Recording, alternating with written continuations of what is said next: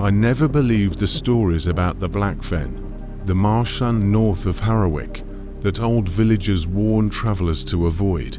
They said the fog watched, that strange lights moved beneath the water, and that the birds never sang above the fen because they remembered what was buried there. Superstition, I thought. I was a researcher of atmospheric anomalies, not a hunter of fairy tales. But in early autumn, our instruments began picking up impossible readings. Local barometric pressure dipped and rose in patterns resembling coded sequences, and the magnetic field around the fen fluctuated in short, violent pulses that matched no natural phenomenon. So I went, alone. The first mistake. The bog was silent, not quiet, silent. No rustling grass, no croaking frogs, not even the faint buzzing of insects. It felt like stepping into a vacuum, yet the air pressed on my skin with damp weight. Each step sank into wet moss that squelched cold water around my boots. I walked deeper until I reached the center of the fen, a black, perfectly still pool that locals called the Starless Mirror. It looked like a hole in the world. The water reflected nothing, not the sky, not the trees, not me. As if it swallowed light whole. I set up the equipment around it, magnetic sensors, anemometers, hydrophone spikes. Everything behaved strangely. Readings jittered wildly, and static hissed through the headphones. And then I noticed my reflection. Faintly. But it wasn't mirroring my movements. It stood still. I froze. The reflection froze too. A fraction too late. I leaned closer. The reflection's mouth opened. Mine didn't. A thin, warped whisper seeped out of the water. Closer. I stumbled back so fast I slipped on the moss. When I looked again, the reflection was gone. I should have packed up and left. Instead, I began lowering the hydrophone into the black water. The moment it broke the surface, the headset emitted a sound like distant breathing, slow, immense, and impossibly deep, as though something vast rested just beyond the bottom. Then, knocking, not echoing, directional. From below. 3 slow taps, then silence, then 3 taps again, in identical rhythm, as if answering a question I hadn't asked. My hands trembled as I lifted the hydrophone. The wire was wet. Not with water. With something thicker, more viscous. When I touched it, my fingers tingled and felt numb. The second mistake. Twilight fell abruptly over the fen, as if the sun had fled rather than set.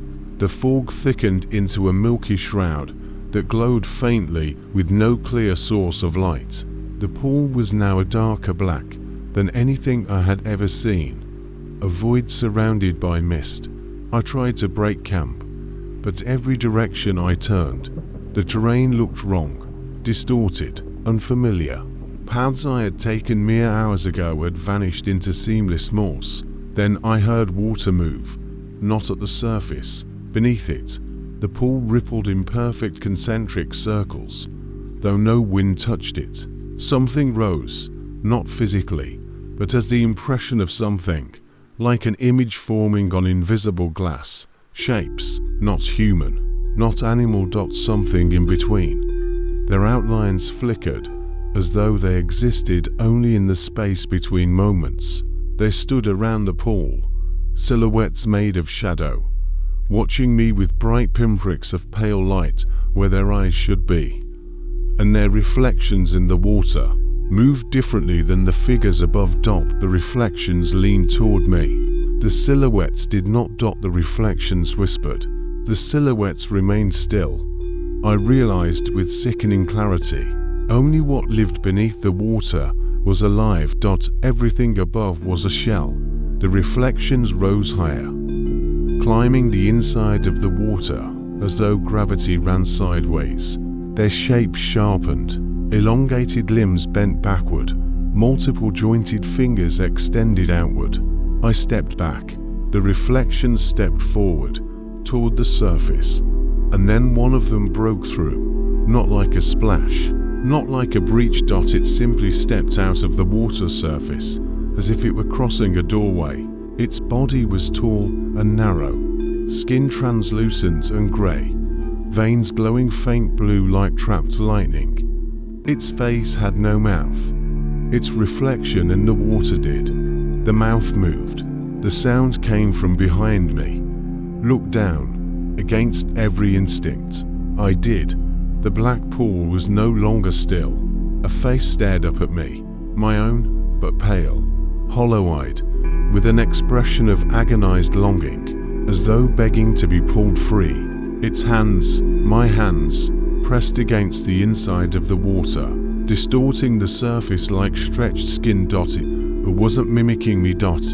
It was replacing me.